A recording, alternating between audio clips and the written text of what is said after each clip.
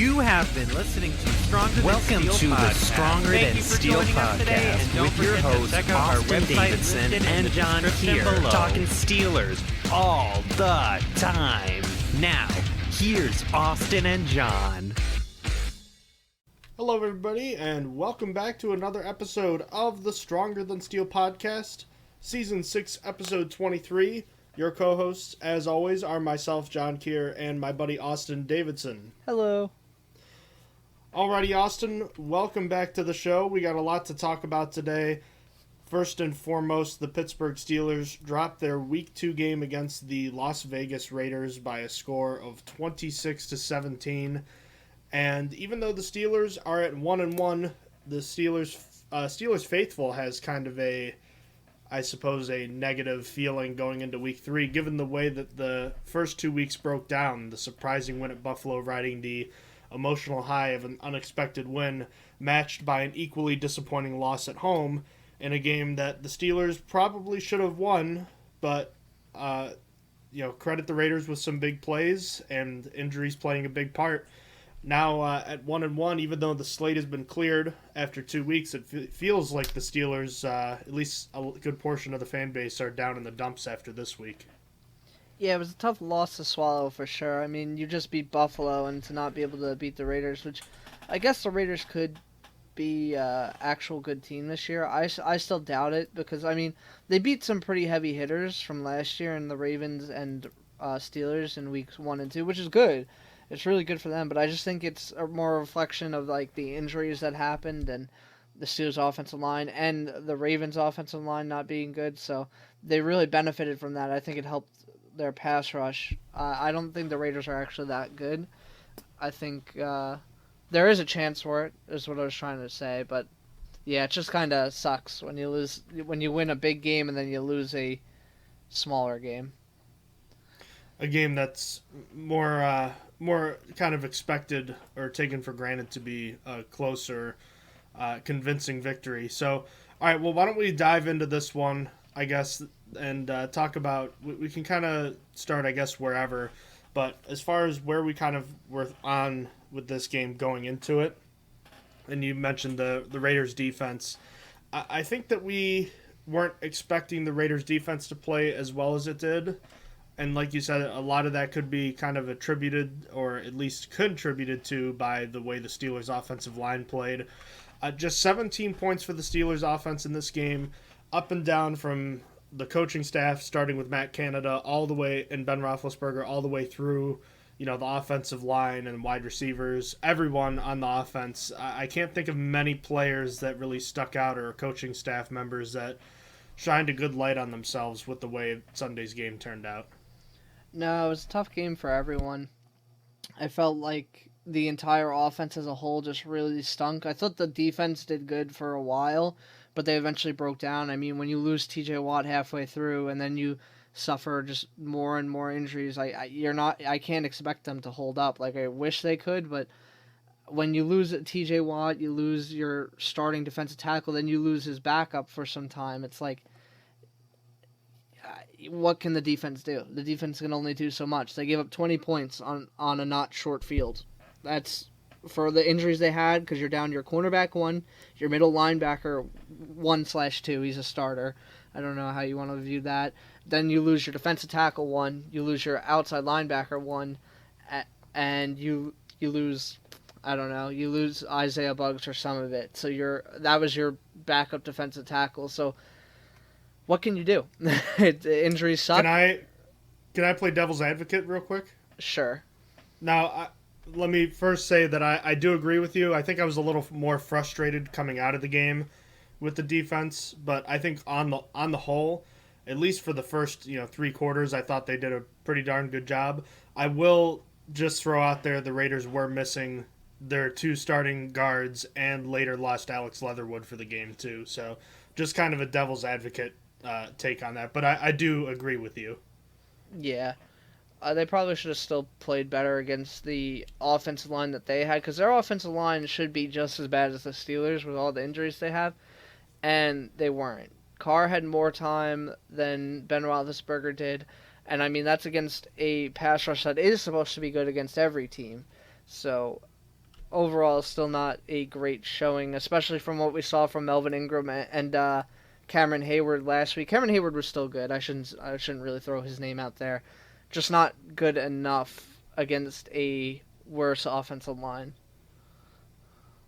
So where do you want to start with this breakdown? Do you want to stick with the defense, or do you kind of want to focus in on the struggles of the offense through this game? I think we should start with the defense because I think it's shorter. I feel like... Yeah, I mean, we kind of summed up the biggest issue right there. Yeah, there wasn't really much. All right, well, let's kind of go into this talking about what their main goal was, and that is what? To take away Darren Waller, right? Yeah. 100%. Yeah, so look at the final stat line. Darren Waller had 5 for 65 and no touchdowns. I mean, if I offered that to you, before the game and said that's going to be a stat line, you'd take that in a heartbeat. Yeah, no, that was solid. I thought they, especially in the first half, Darren Waller was a non-factor. He didn't get his first target till so late, and he didn't even catch his first target. Just 7 targets for Waller after, 19 in week 1? Yeah, an absolute ridiculous amount in week 1. Now, he did have one big play on the second to last drive for the Raiders that essentially sealed the game. But I'd say besides that 125-yard reception, he was largely held in check. And the Steelers, for what it's worth, they were able to take it away. And you kind of went into that saying, okay, we will take him away and we'll let Kenyon Drake, Henry Ruggs, Hunter Renfrow, Brian Edwards, we'll deal with them. We'll let them try to beat us, and, well, they did. Obviously the big home run to Henry Ruggs, we can touch a bit on that later, but Hunter Renfrow had a big play in this game. Brian Edwards had a couple solid catches in this one. Foster Moreau, of all people, caught the big touchdown to the tight ends, and Willie Snead made a brief appearance. Really, Derek Carr started this game kind of slow with the pressure, but once TJ Watt went out, like you said, it was kind of like a different ball game for him. He was pretty efficient, and he was doing a good job kind of slicing and dicing through a depleted Steelers defense before hitting them with a crucial home run ball late in the game. Yeah, credit to Derek Carr for his play. I think he actually just generally played really well.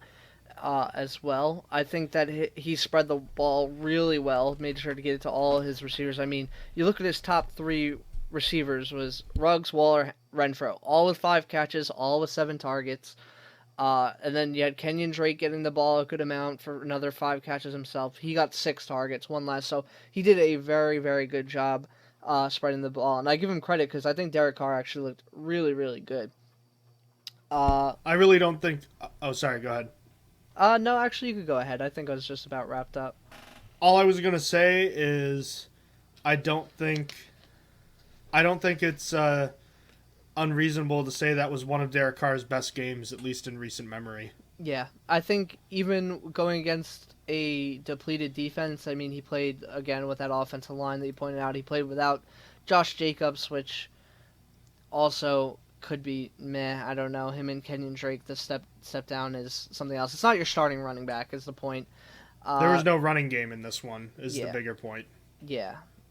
But Drake was able to contribute in the passing game, which Jacobs can't. So, but yeah, no, the Steelers held the run game in check with Peyton Barber. Then Kenyon Drake just absolutely sucked. Like, it wasn't even... Anytime Drake carried the ball, it was just really, really bad.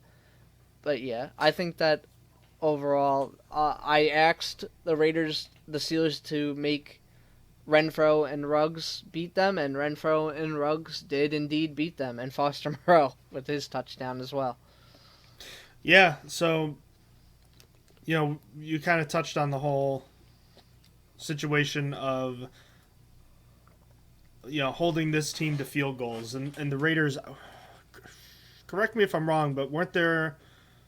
What was the score at halftime? Was it 9-7? 12-7? It was 9-7. Yeah, it was 9-7. That's right.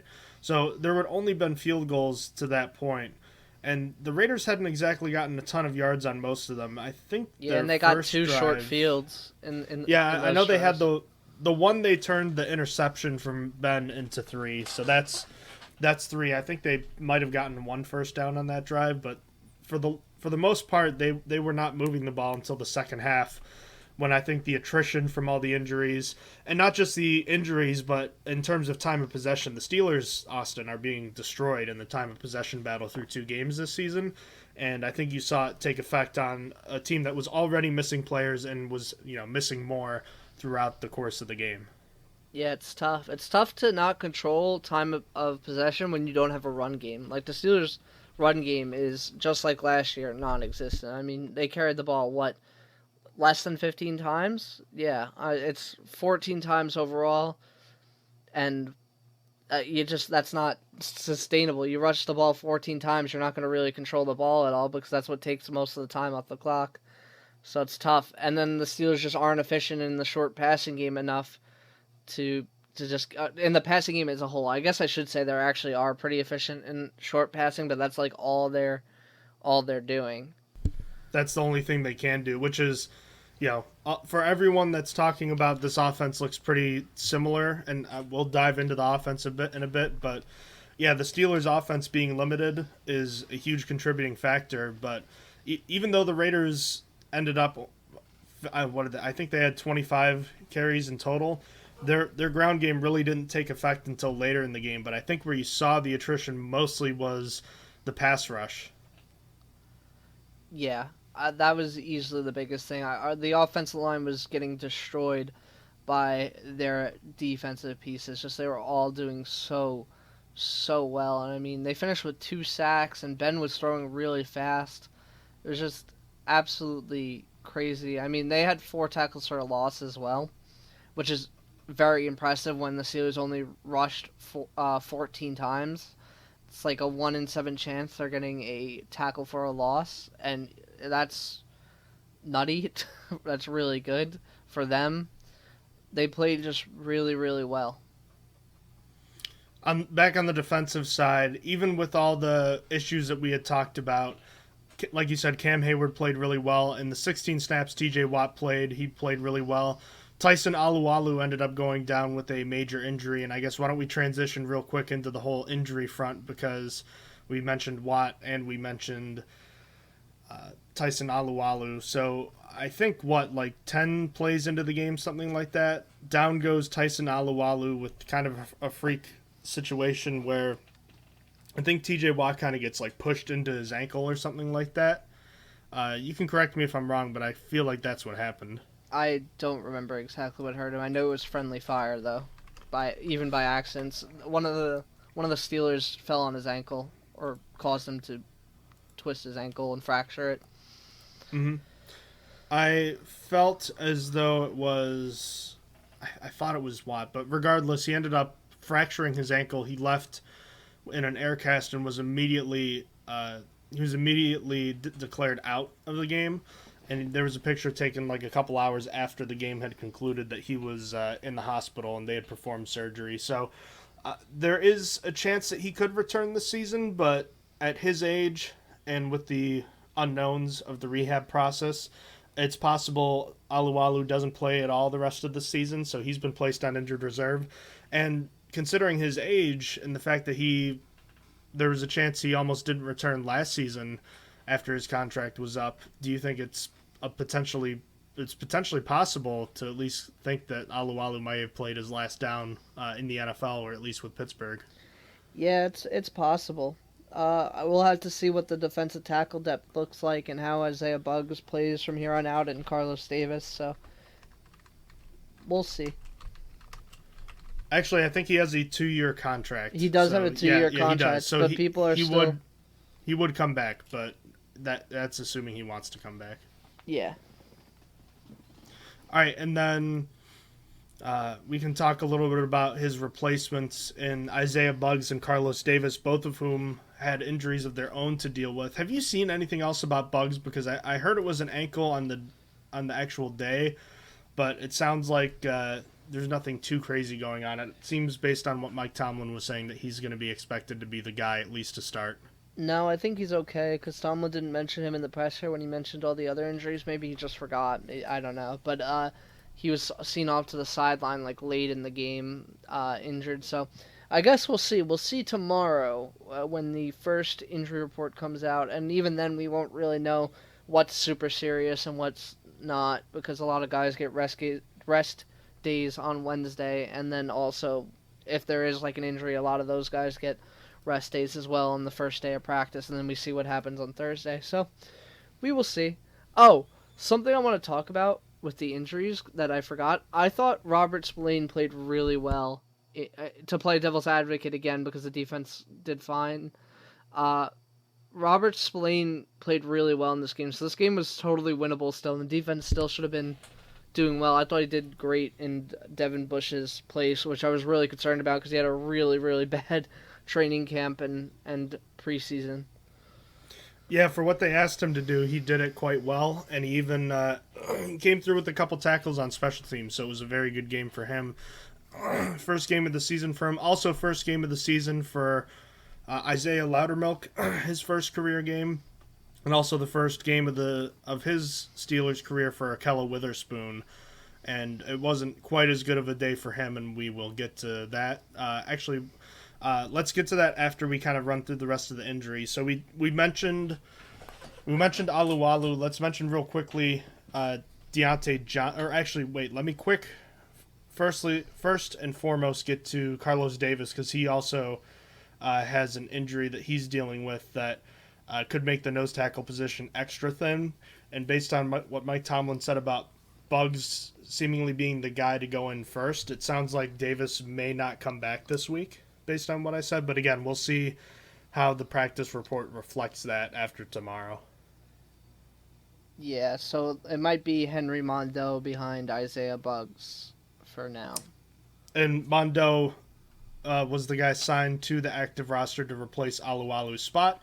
And in his place is former 2017 first-round pick Taco Charlton, who infamously selected 2 spots before TJ Watt, Austin. And as you and I both know, his career hasn't panned out the way he had hoped, with just 11 career sacks. And meanwhile, TJ Watt has had fewer than 11 sacks only in his rookie season.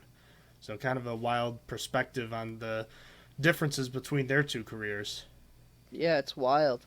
I mean, how things could have changed if Watt was just picked 2 picks earlier. I wonder what the Steelers would have done, but obviously the Cowboys regret that choice immensely now that Charlton's been on, his third team This is now? his 4th team. Fourth this is his team. 4th team. Who was between Cowboys and Chiefs? And after? the Dolphins. He was with the Dolphins in 2019, I want to say. Okay, I forgot the Dolphins. Yep. Yes, indeed. So he is on the practice squad to replace Henry Mondeau's spot. So yeah, interesting. He's listed as a defensive lineman. Yeah, so I thought he broke down more as like a 4-3 end, but I don't know his breakdown. Let me look that up real quick. He kind of needs to shift his weight. He's in a really weird weight to be. Either he needs to gain weight if he's a defensive lineman, if he's like a Cameron Hayward. He needs to probably lose a little weight if he wants to be an outside linebacker, DE. Like he's 6'6", 270. Yeah. So that screams 4-3 end. So he's I don't know. He hasn't really worked out as a pass rusher, so maybe they are thinking if he bulks up a bit, he can turn into a decent 5-tech or something. I don't know. It was also, he was not their first pick for the practice squad either, so it could just be another body. Yeah. Not to be mean. Came out of nowhere too. I mean, I saw, it was so weird to me because Charlton visited the Packers literally yesterday. There was no word that he was going to go see the Steelers. It's just like, yeah, Charlton's visiting Packers today, and then just out of nowhere today, Steelers are signing Taco Charlton. It's like, all right. Like, it just happened so quick. I just found a video of his YouTube highlights in the NFL, and the first video is him chasing down Eli Manning when he was unblocked. That's I'm glad he could do that, because if he couldn't, that would be not good. Not good at all.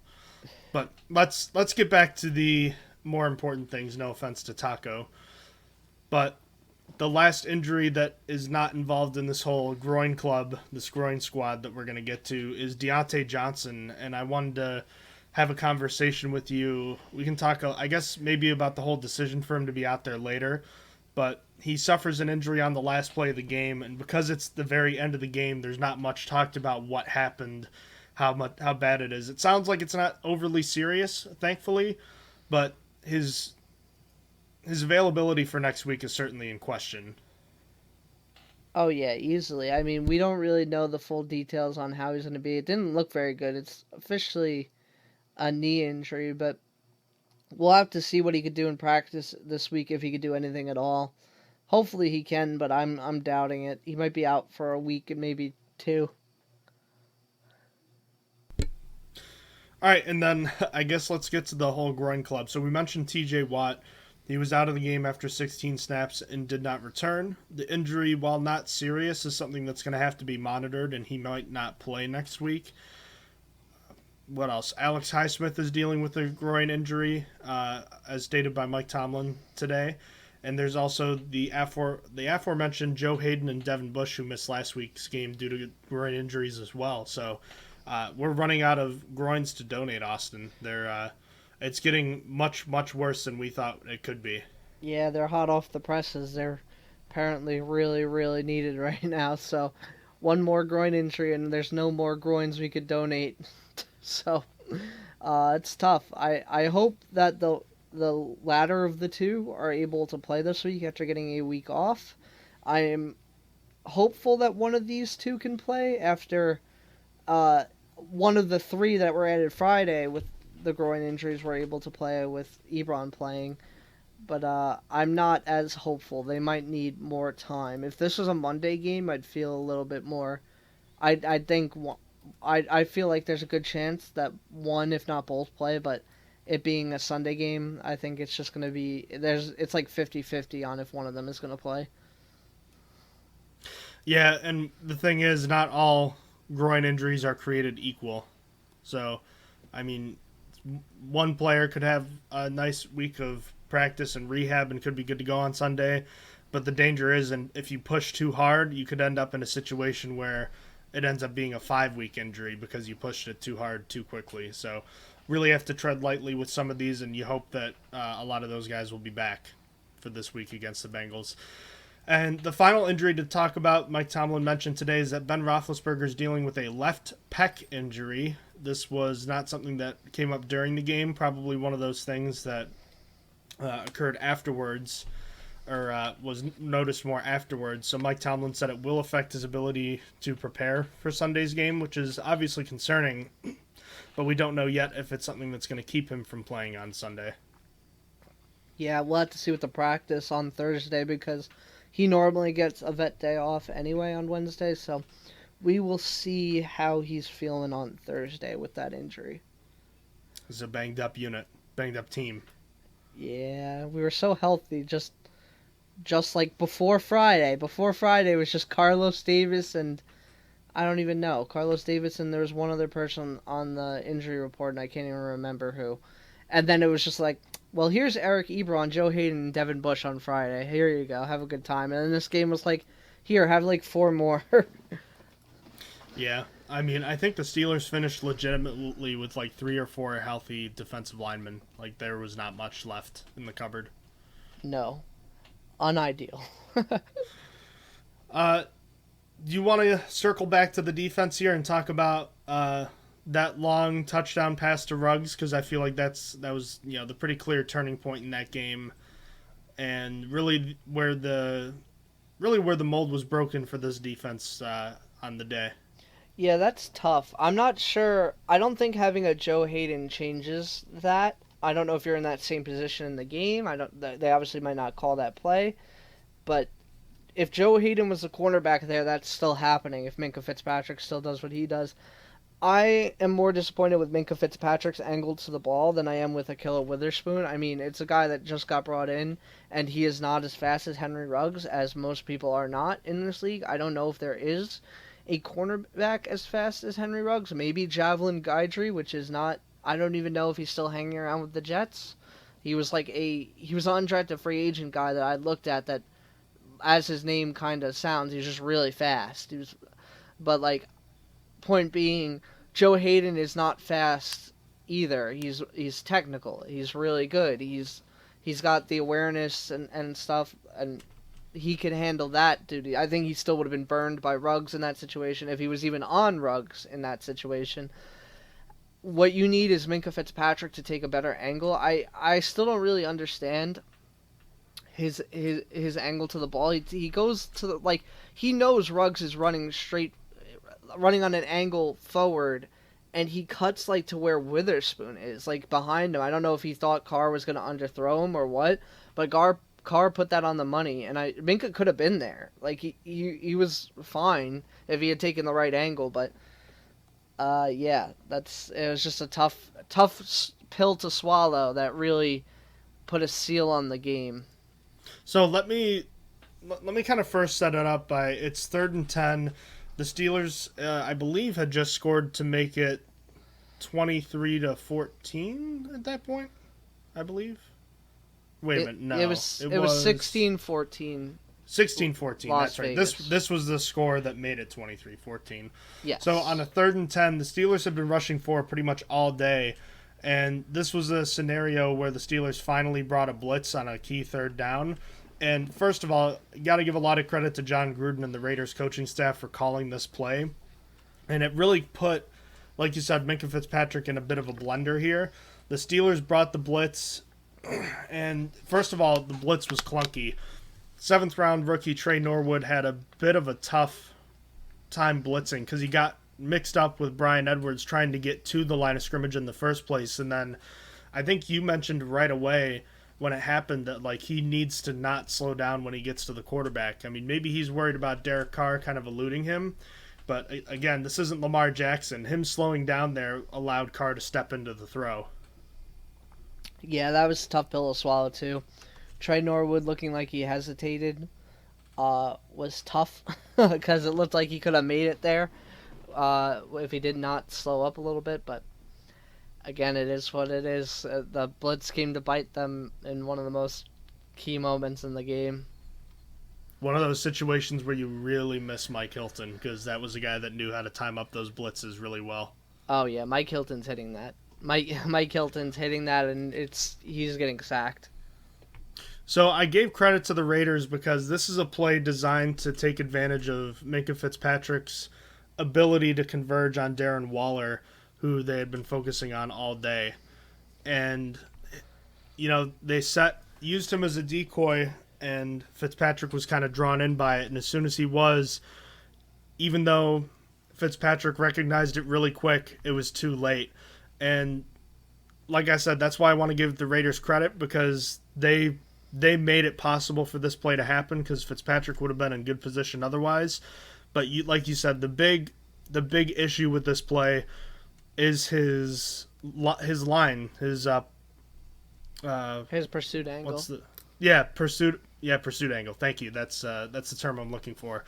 Because watching it on replay, he's cutting at a slight angle to the right, almost like Ruggs is running a straight vertical, but really Ruggs is running closer to the left pylon than he is straight to the back of the end zone. And like you mentioned, that kind of threw it all off, and he's diving as the ball gets there to try to trip Ruggs up, but it's just too late. If he had taken a better angle, he might not have gotten there immediately, but I think he would have been running fast enough while Ruggs was trying to secure the ball, because I don't know if you saw, but Ruggs almost dropped that ball, that he would have been able to at least stop him at about, like, you know, the 10-yard line. So that was an absolute killer. Yeah, I mean, worst comes to worst, you might have had a chance at a pass interference call. At least the pass interference call gives you another life on another down. If you hold it to a field goal, it's 23-17, and now you still have a ball game if the Steelers can drive downfield on offense, which is a big if. But I mean, when you're looking at the play clock in the game, but when they scored that touchdown, there was still There was still a ton of time left. The touchdown happened. I think there was over 8 minutes. Yeah, it was 9 minutes and 35 seconds. So you think Minka gets either a tackle or a PI call. It doesn't really matter. Would have been down there at the same time.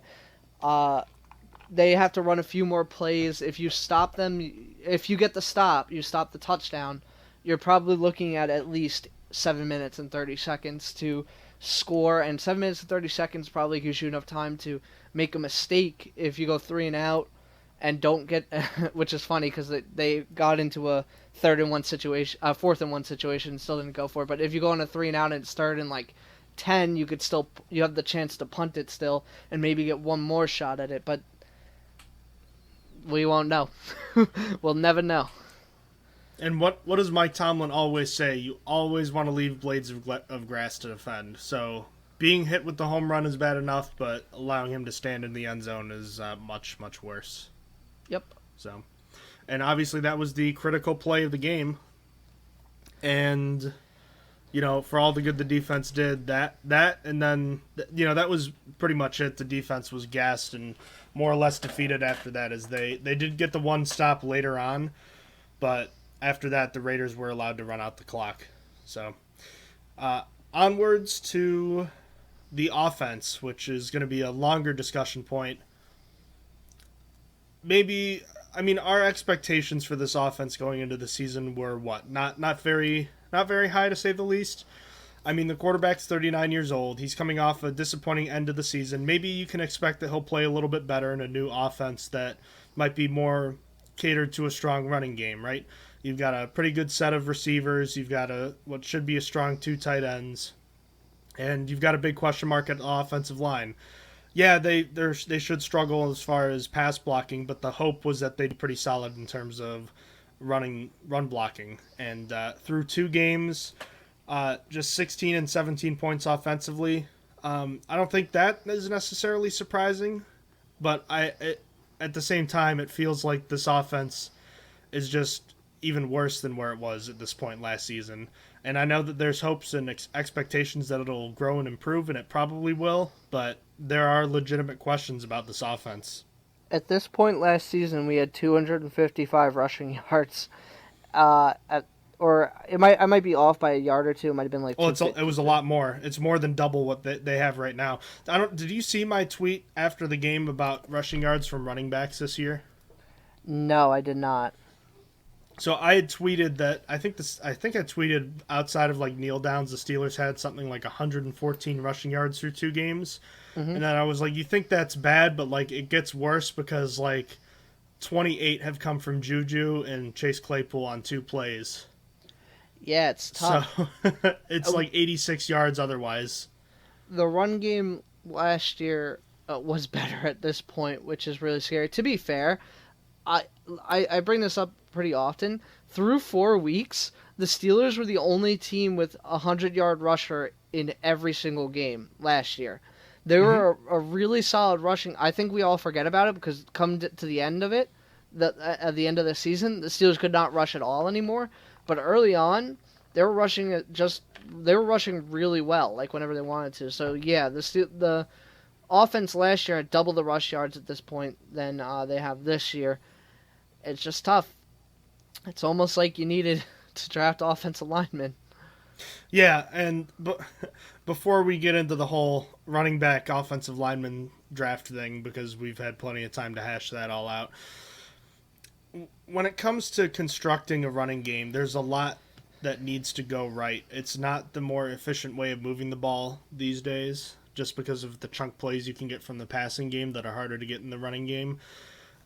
Najee Harris is a good football player. I mean, the touchdown he scored on Sunday was excellent. You saw exactly why he was drafted where he was, what the Steelers saw in him. And he did have a long run of 14 yards. That was a nice run and had a really good stiff arm. He's a talented player. He can make guys miss. The problem is, how many of his 38 yards do you think came after contact? Because it's probably a safe bet that most of them did, if not more than what he actually gained.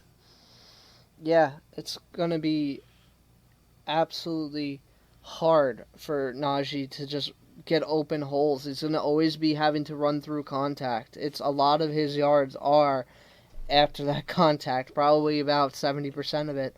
Just really, really tough for him. And when it comes to the offensive line, I mean, we can talk about all the questions that came on the offensive line. They are missing a starter in Zach Banner right now, but we knew there were going to be growing pains.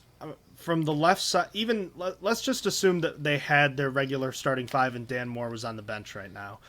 There'd still be questions outside pretty much with everybody. Yeah, Chukwuma Okorafor's switching sides to the left side. Kevin Dotson had started just, 4 or 5 games in the NFL. Kendrick Green was an unproven third-round rookie.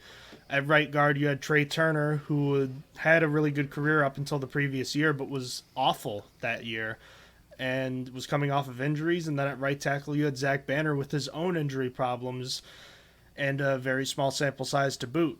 So you're rolling the dice on a bunch of different guys, and then you've got Banner on injured reserve, so you move Okorafor to right tackle, and then you bring in the 4th-round rookie. So you've got two fourth rounders, one that's a rookie and one that's a second-year player on the left side, a 3rd-round center, and then 2 guys with injury problems. Well, and then another tackle in Okorafor who's been nothing special and inconsistent so far. So, you can envision scenarios where they all work out, but expecting all 5 to work out, I think, is just foolish. Yeah, it was a tough bet. It was a tough bet for sure to take that all these guys that had their own risk, as you just all pointed them out, were all going to be hunky-dory and better. I think it wasn't crazy to say that there would be some improvements from last year, but holy cow, did they take that as a challenge. They said... Did you see, you've seen that meme? I'm sorry to interrupt you, but I think I might have actually tweeted that meme. You know what I'm talking about, where it's like, wow, our expectations were low, but wow, holy F. Yeah, no, that's literally what happened. Like, we're like, well, they're probably going to suck at pass blocking, but you can't get worse at run blocking this year. And so far, they have gotten worse. It's looked really, really bad. There's nothing opening. Then the pass blocking is just completely worse. There's nothing going on. Ben threw it fast last year, and he wasn't getting touched because he was throwing it fast. Ben is throwing it fast this year, and he's still getting walloped because the line just sucks that bad. Like, they're just not good together at the moment. Yeah, and with the running game, it sounds like there are players that are occasionally making nice plays. I mean, we've seen Kendrick Green pancake guys a couple times in both games so far. He's also on the ground a bunch, and he's struggling to deal with the bull rush, right? Kevin Dotson hasn't been moving players the way he was last year. Dan Moore is a 4th-round rookie, and even though we both like him so far, it's tough to expect him to perform the way he has. Trey Turner has been blah at best. He hasn't been very good in Okorafor. While it sounds like he rebounded this past week and played a little bit better, he's hardly going to be getting votes for the Pro Bowl based on his performance. And like you said, it's bad enough last year when Ben is dumping it off very fast because he's trying not to get hit, and you can question whether or not he should have been in the first place. But this year, it's like he has to do that because he's going to get sacked otherwise, and that's reflected in this week's stat line where he was only sacked twice, but he was hit 10 other times.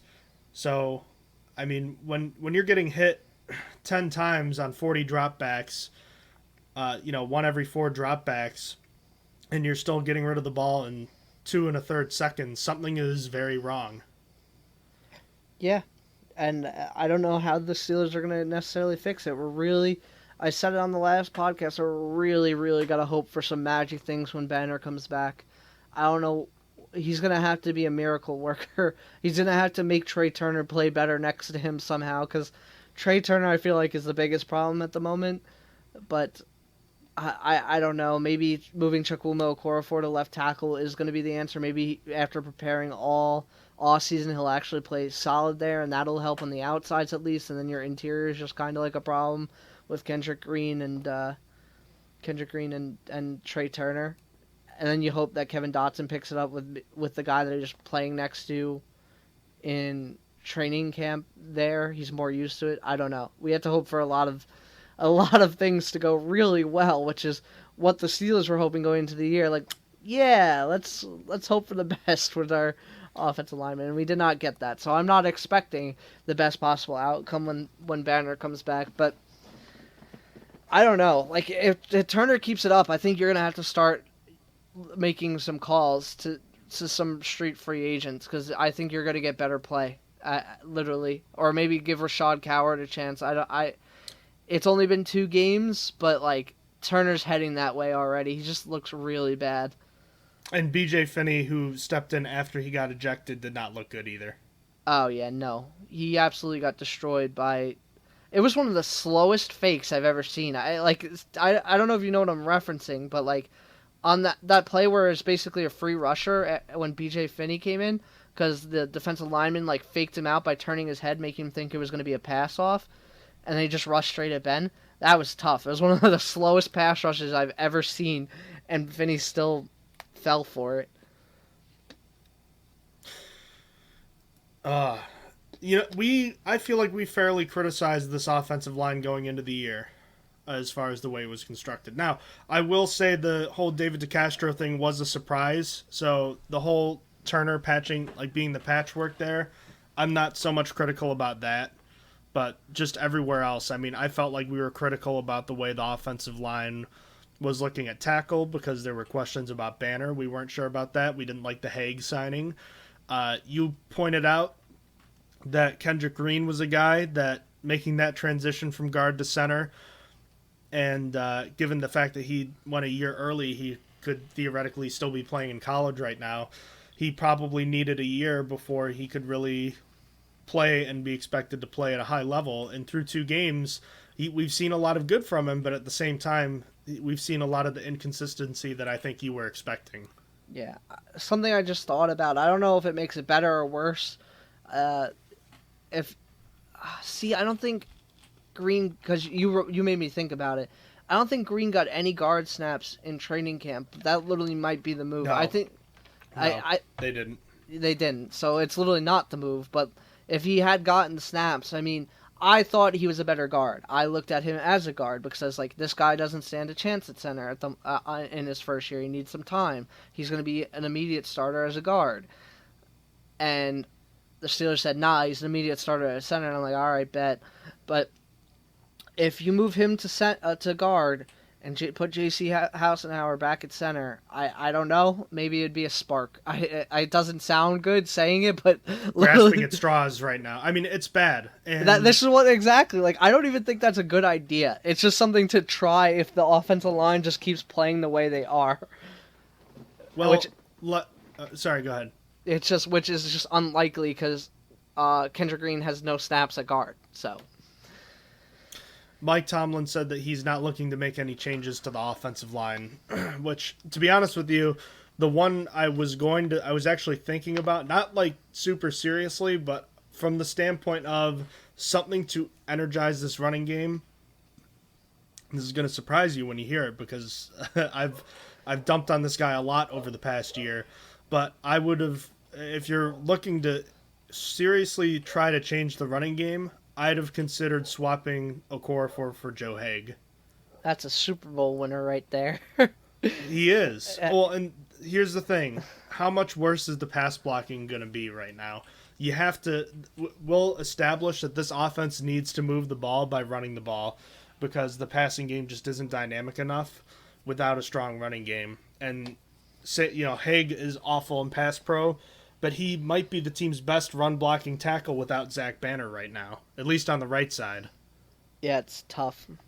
I think Tomlin might literally be waiting for week 4 to see what happens when Banner comes back till he makes changes. At that point, you're a little bit under a fourth of the season, so it's kind of, you need to, if there are changes to be made, you need to make them, but that's probably what he's waiting for because he knows this isn't the starting line that's supposed to stay. Are you making any changes going into next week if you're the coach? Probably not. I'm not. I know that it's partially because you really can't, but I will also say we knew that it was going to be not great to start because it is a position group that needs time to gel. And look at all the youth, the left side to the center. I mean, realistically speaking, by the end of next season, you could be looking at Dan Moore, Kevin Dotson, and Kendrick Green in similar respects to the stability we saw from, I guess at the time, like Villanueva, Foster, and Pouncey. Maybe not all that good, but all steady enough where it's like, okay, we have those players. Now we just have to worry about right guard or right tackle.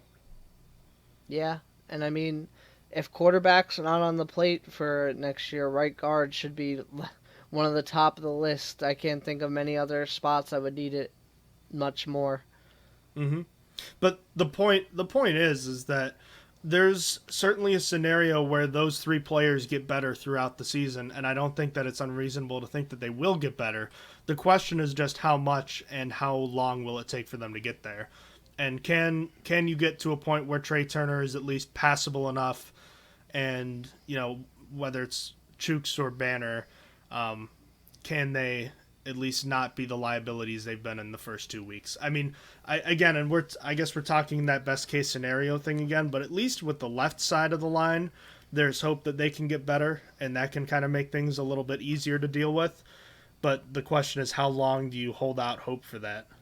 I don't know. In the meantime, you probably have to do some other things to help your run game. I would start by making Kevin Rader a game day active, elevating him, like not putting him on the 53, just elevating him on game days, and making Gentry inactive, and so that you can use him in blocking situations. I would start using Derek Watt a little bit more as a lead blocker. Yeah, that's another thing. 0 snaps on Sunday for the elder Watt brother there. Yeah, that's it's just inexcusable. I feel like it was just expensive special teams player right yeah, it there. was piss poor management to sign him. Like, I have nothing against Derek Watt. I think he deserves better. I think he was so good with L.A. He was involved in the passing game. He was essentially another tight end out there. And then he also played really well on special teams, and now he's just stuck on special teams. And for what? To get Ebron out there now? Like, that's what you're sacrificing. I mean, 2 tight end sets. Why even put Ebron out there if it's going to be a run? Like, you might as well do a Freiermuth and Derek Watt instead. If you're going to put Freiermuth and Ebron on a run, if you're passing, sure, I can understand that. And even then, it's just kind of like you could interchange it, because I think Watt has better passing abilities that I don't know, maybe the Steelers forgot about. Pass catching, I should say. But it just. I honestly, it's probably no one would trade for a fullback, but if anyone wants to trade a 6th and for Watt and a 7th, I think the Steelers should hop on that, because they're just not using him. Just waste. They won't, because he's the special teams captain. Yeah, it is a waste though. I mean, all this money for what? And you know what? Last year you could say, he was injured for large portions of last year. I still think they should have used him more last year, but whatever. This is supposed to be an offense that's supposed to utilize the fullback more. And even in a situation with a 4-minute offense in week 1, they weren't using him. Yeah, it's just there's just no opportunity for him on offense, and it's just like it doesn't make sense. No one on offense is like that great that he can't come on for a few snaps. Well, the way they're playing this year, that's the argument last year that I listened to, right? And I understood it. Which receiver are you going to take off? And now you ask that question this year. Okay, which receiver do I even want on the field right now with the way they're playing? Juju? Yeah, I mean, exactly. Deontay's hurt. I mean, I'm okay with it right now. I'm not even saying have him on the field for like 20 snaps. But like 10 or 15 in situations where you need that yard or you have to try to get the running game going. And shoot, I'd even consider putting Joe Haig out there as the extra tight end rather than have Eric Ebron out there too. You got to do something to try to put some life into this game, because even though there's been a lot of bad runs so far, there's also been several runs that have come pretty close to being busted. There was a play in this game too that I think I forget when it was, but I feel like Najee was quite close. Like if there was 1 or 2 extra blocks that had been hit, he might have been off for like a 20-yard run. But Are you talking about that missed hold on Kendrick Green, where Kendrick Green, if he just got in front a little bit faster, would have? I think he was held by the defensive lineman on that play, right? Yeah, Green was held. Yeah, it was a missed defensive holding call. That might have been one of the Benny Snell runs, actually. But, Oh, that was Benny Snell. Yes, sorry. But regardless, even Benny Snell would have had a big gain there, at minimum like 5-6 yards, I believe, if I'm remembering. But yeah, just another instance where just one thing goes wrong and it gets blown up. So, but yeah, I'd want to see more Derek Watt. I'd consider that extra offensive lineman. You just have to endure the growing pains, but at the same time, you need better from all those guys, and they know it too. I feel like we haven't seen that many sets with a swing tackle at all this year. Not this year, no, and we haven't seen outside of like the basic scripted opening drives, we haven't seen a ton of motion that's been useful. We saw it on the goal line with Juju, but that's about it. We've seen like the what's it called, the not the motion, but like where they're all moving around before the snap, shifting. We're seeing shifts, but we're not seeing a ton of motion. It still feels very similar to last year's offense, and we can kind of get into the passing aspect of that now if you want, but just the running game has to get going. I don't think we're asking for a ton. I just think that, and we were talking, we just need to see minimum 50% success rate so far. I think they're around 44% right now, so not good enough. But at some point with the way this offense is, I think you're going to have to start asking for like minimum 85, 90 rushing yards per game too. Even though we're more about efficiency per play as opposed to total yards, I think you are going to need the raw numbers with the way this offense is going to need to produce. Yeah, it's tough. They gotta try a few different things. They gotta figure it out somehow, some way. We presented quite a few things today that we did. They could Good do. for us. Good for us. Dude. Yeah. We're not. I don't know. In some ways, it feels like they aren't that far off, but in other ways, it feels like they're just nowhere close. I mean, I know the Ravens have Lamar Jackson, and he's the best running quarterback that's ever played. But come on, man. They're down to their third, fourth, fifth, and eighth running back this year. And they're also without Ronnie Stanley. And they just I know it was the Chiefs' defense, but they just crushed them on the ground last Sunday night. Yeah, it's tough. Want to know something else sad? At the moment, the rookie rushing record has been the same for the Steelers forever. It's only been like 5 yards from Franco. Yeah, Franco Harris in that 14 game. I'll look it up right now. Literally, yeah, it's like 1,005 yards. At the moment, with an extra game, Harris is not even within 300 yards of that. If he continues. If he continues at this average, I'm sorry, that was probably super unclear. If he continues at the average he's going, he's not even within 300 yards of breaking that with the extra game. So, that is tough. So, Harris had 1,055 rushing yards, and total scrimmage yards was 1,235. Yeah. At the rate we're going, we thought that, at least I thought it would be like a sure thing. Oh, like, yeah, he's got an extra game. As long as he doesn't get hurt, it'll be fine. Well, he's not hurt, at least not yet. Knock on wood that doesn't happen. But yeah, it's just really sad. really sad.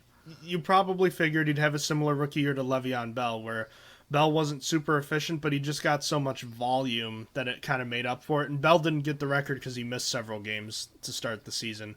Harris, so far, has obviously played the 2 games. It's just they can't justify giving him the volume, at least on the ground, because it's just been so bad. And then the passing game, I guess we can kind of transition to that now. It looks like very similar in terms of the way it was executed last year, with a lot of spread, quick passes, and there are areas of the field being utilized. There, a lot of the field is being utilized, but there's 2 areas of the field that aren't being touched at all, and that's making it easier to defend the Steelers. And again, the Raiders play a lot of single high, so for this game, it made sense to not target the deep middle of the field very often, but beyond I think it's 11 or 12 yards between the numbers, the Steelers' passing offense just has not gone there pretty much since the end of the 2018 season. Yeah, it's just been really bad. Like, I remember talking about it with Mason Rudolph and Devlin Hodges, that they were not targeting anywhere in the middle of the field past 10 yards, and now Ben Roethlisberger's passing chart looks exactly like Mason Rudolph's. It's just really, really bad. I said it after the Bills game, but the entire offense against the Bills was chucking it up to Chase Claypool and either hoping for a penalty or circus catch. And that didn't happen this week. Chase Claypool really struggled, and then also Casey Hayward played really well, who was on Chase Claypool, and the Steelers did not win the penalty battle. And it was just how it was. And it was just the offense was not able to do anything. Ironically, they scored more points than they did in the Buffalo game, but still just not good enough. It doesn't feel like it. And I mean, I guess it was only 1 point, but just not good enough in the passing game. And what's more frustrating is it's not only are they not good enough, like they're missing the easy stuff. They're not. Najee Harris is not involved enough in the passing game. He's not being passed enough too when you're only throwing short. When you're only throwing short, you'd expect your running back that is running routes to catch more. I say that, and I think he got 5 catches in this past game, if I'm not. He did. He caught all 5 of his targets, but I don't think he's had any reception where he was the primary read on the play so far. And that needs to change. First round running back, by the way. And where are the screens? I know this team sucked at screen passes over the last few years, but I mean the offensive line is completely different. These guys are supposed to be able to be moving well out in space, and we've seen that so far. Why not do it? This should be the perfect time to do it. Yeah, we haven't seen any of those either. The offense has so many dimensions missing to it. So many. I mean, you're not using a fullback. You're not bringing out an entire type of play in screens. Like, you're not throwing into the deep middle. What are you doing? You're making it so much easier for bad defenses to read you when on top of it your offensive line is playing like garbage. So even if you do dial up a good play call, it's just your offensive line's getting run through. Or even if I said that reverse. Even if your offensive line plays good, you have a predictable play going on. There's so much missing from this offense. I know you only get a handful of offensive snaps every game, but geez, they need to change it up a little bit. Add something. Every part of this offense is out of sync and not working, except for the little hooks that we see to start the game. And it's every part of the offense is waiting for another part to take the lead and start playing better, but none of them are. No. They keep passing off to the other. No, you do it. And last year, the Steelers got away with it for the first, half of the season because teams weren't expecting it. It's not how the Steelers under Ben Roethlisberger had traditionally played. And then once they adjusted to that, there just hasn't been an adjustment off of that. The Steelers will take their shots. In some games it works well for them like it did in Buffalo, and sometimes it doesn't in this one. And you know what? To be fair, there were 2 really nice passes and completions to Chase Claypool and Deontay Johnson in this game. 2 beautiful passes, and they were executed perfectly on the other end as well. But the problem is they're not coming up with those enough, those 50-50 balls. You can say Chase Claypool probably should have come up with 1 or 2 more of those. But if that's the only time you're going deep down the field, you're not going to be as productive as you could be. And, again, it's not just... It'd be one thing if it was just one of those zones, intermediate or deep, that's not getting enough attention. But when it's both of them, you're really putting the offense in a box. And that's why you need the running game. Because if you're not doing that in the passing game, then you have to be able to move the ball in other ways. And without the running game doing that, you're just smashing your head into the wall. And again, I know that the Raiders, the way they scheme their defense makes it difficult to do that in this game. But if, they're a cover 3 team, why not have slot receivers run, seam routes? It doesn't feel like too long ago that we saw guys like Jesse James, Ladarius Green, running routes like that. I mean, shoot, we've seen Juju do that in the past. I mean, where has Juju's route tree gone the last year? We've talked about it. After the first month and a half of the season, he was basically running a running back route tree. Literally. And he still is. Yeah, under 7 yards per catch in this game. Under 7. And I still think he played I think he's been our best receiver through 2 games. He's almost like a running back, which ironically he had the first rushing touchdown of the year, but I mean, he's so hard to bring down. Yeah.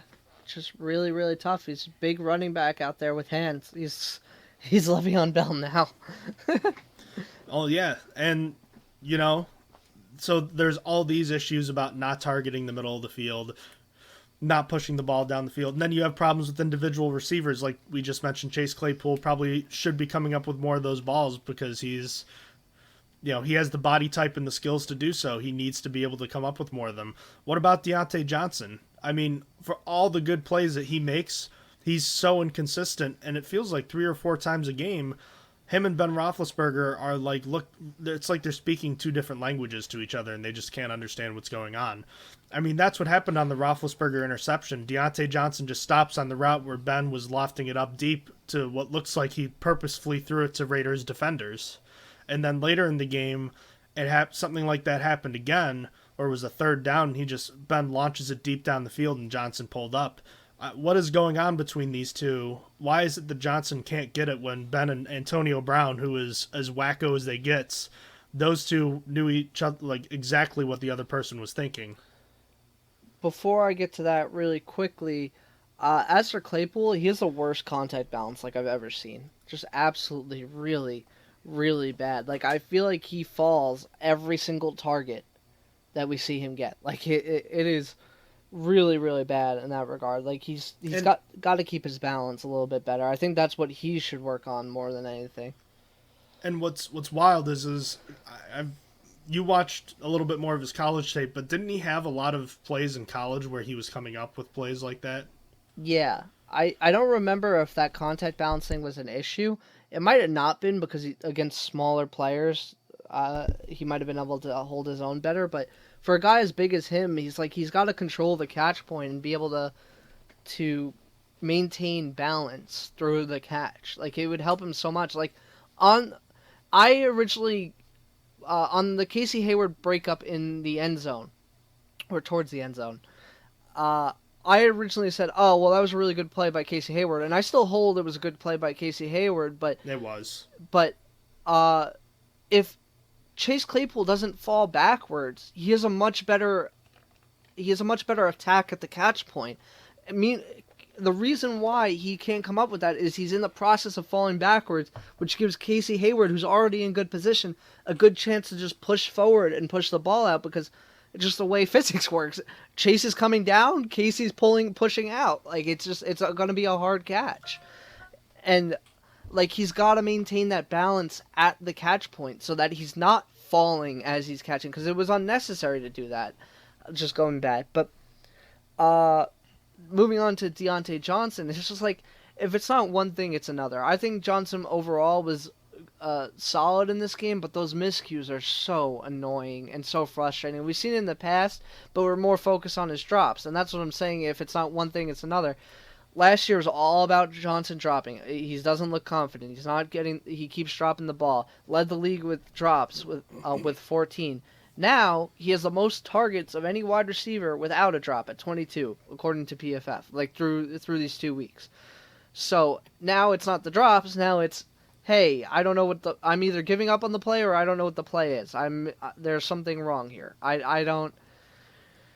It was something we did see last year. Just we weren't as focused on it because, I mean, I don't know. It's hard to tell who's usually the problem, but now that, I mean, we see it's a reoccurring thing when it happens with Deontay Johnson. I think we could say it's safe to say and no one else. It's Deontay. So that's tough, but hopefully, I don't know what he needs. I guess he needs to sit down with the playbook for a little while longer, just really focus needs to listen better. I have no idea. It's like a memory game. It seems to be a problem with just knowing what the play is. It's so frustrating too, because he's clearly the best receiver when it comes to getting open. And like, if this wouldn't happen, you know, there's a good chance that he has a much bigger day in both games, but especially this game. Yeah. Just really tough. It's another situation. You know how the entire offense, we were talking about waiting for someone else? The entire wide receiver room is waiting for someone else. Juju's been fine, but it's like his route tree is so limited that he can't do anything. Chase Claypool has all the intangibles to be amazing. I mean, there was a reason he was called Mapletron, and he's just like, he doesn't have the good contact balance, as we pointed out. And then there's Deontay Johnson, who's just knowing the playbook away from being an elite wide receiver. And then there's James Washington, who last year would catch 2 passes a game, but they'd both be huge. And this year he's caught 2 passes for 3 yards and had a drop on his only target. So everything is going wrong right now. Although he will play, assuming Deontay Johnson misses time this week. Yeah. It will be tough. And on top of that, all these issues aside, even if Ben, suddenly changes to want to target the middle of the field, even if all these issues start getting corrected, the offensive line is still such a disaster in pass pro. At least it was this past week against what seems to be a little bit better of a defensive front from the Raiders. I don't know if Ben is going to consistently have enough time to hit passes like that.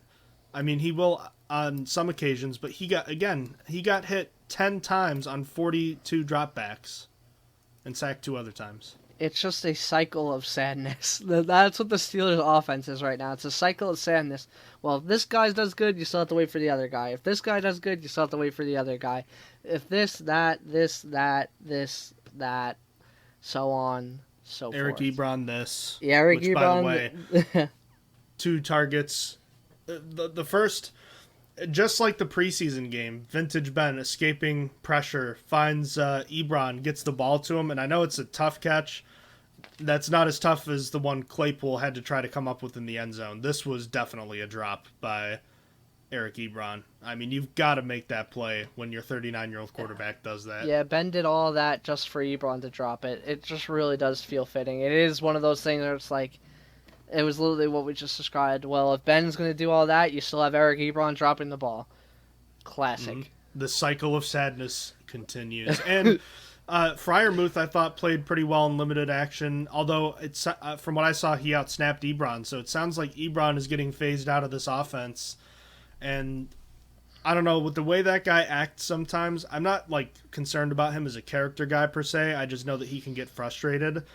I kind of not jokingly, but I was kind of like, hey, maybe I texted you today. I was like, what if the Steelers tried to trade him, and then you just load up with Gentry, Rader, and Freiermuth, and then just hopefully have a better run blocking unit? Because when you have a number 2 tight end that's not being used as a target because he drops the ball and is a liability as a run blocker, what good is he? Yeah, it's so frustrating. He is kind of similar to the wide receivers where, I mean, he's like Deontay Johnson in the fact that he could be so good, not as a blocker, but he is so good with the ball in his hands for a tight end, like the way he moves, but he can't get the ball in his hands. And now he has 2 problems. He can't block, and then he also has a drop problem. So it's easy to phase him out when that happens. I just don't understand why, going back to what we said earlier, why you wouldn't phase him out for the fullback, but whatever. Yeah, that's the guy you pull off the field for that, but I don't know. That doesn't make sense. We're running in circles now, but we talked about the offensive line. For all the problems they've had, it is reasonable to think that there are elements of the line that can improve throughout the year and can hopefully start improving next week. I have to think that there's hope for the receivers too, from what we've seen out of them. I think Juju's been solid. I like what I've seen from Freiermuth. I have to think that at some point, I know Deontay had those miscommunication issues last year, but I have to think that they can be limited, at least at some point. And we've seen Claypool make plays before. I just think he's had a bad start to the year. I do think there's hope for the skill group. I just don't know when it's going to happen, and if it's going to happen for all of them at the same time. It seems like something that's just going to, again, take time, and I don't know why. This is the Steelers' supposedly best position group, and I think that as bad as the line has been, this is the group I was hoping that would kind of stand on its head and help pull the Steelers out of this rut, and they haven't at all. No, not quite yet. They're just not. No one is pulling through on the offense. And then last but not least, what about Ben himself? We did see this game. Remember we were talking last week about, well, are we even concerned? Are we concerned with the fact that he's not stepping into these throws? Well, he stepped into them in this game and still got drilled anyways. That middle of the field thing is legitimate though. I go back and forth between he's 39, I shouldn't expect that much, and at the same time he's still a professional.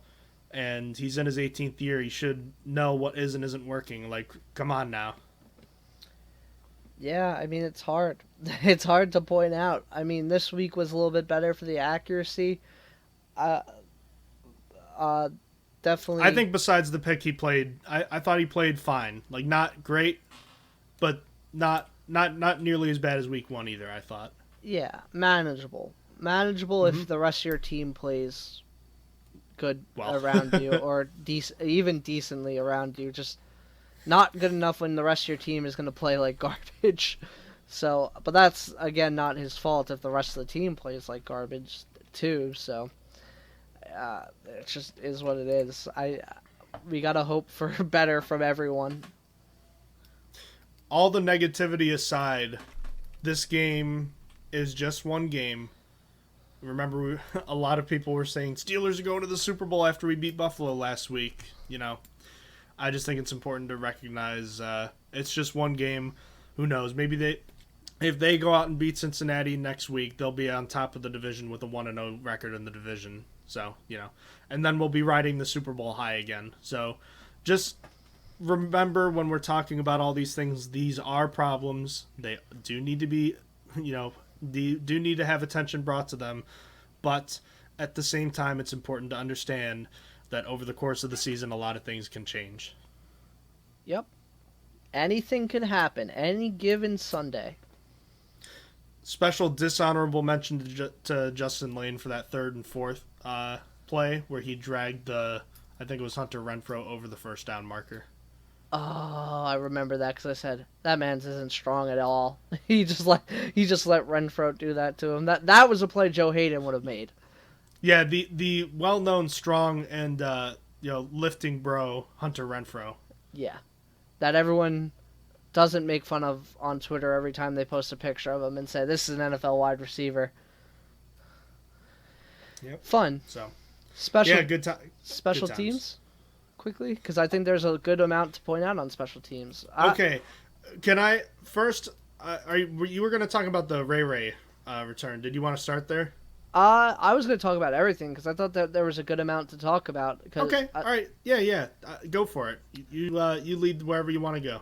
So first off, Chris Boswell, just on a weekend full of sadness, set a Heinz Field record for longest field goal in Heinz Field history. Chris Boswell has been quietly been the Steelers' best player, their best scoring weapon.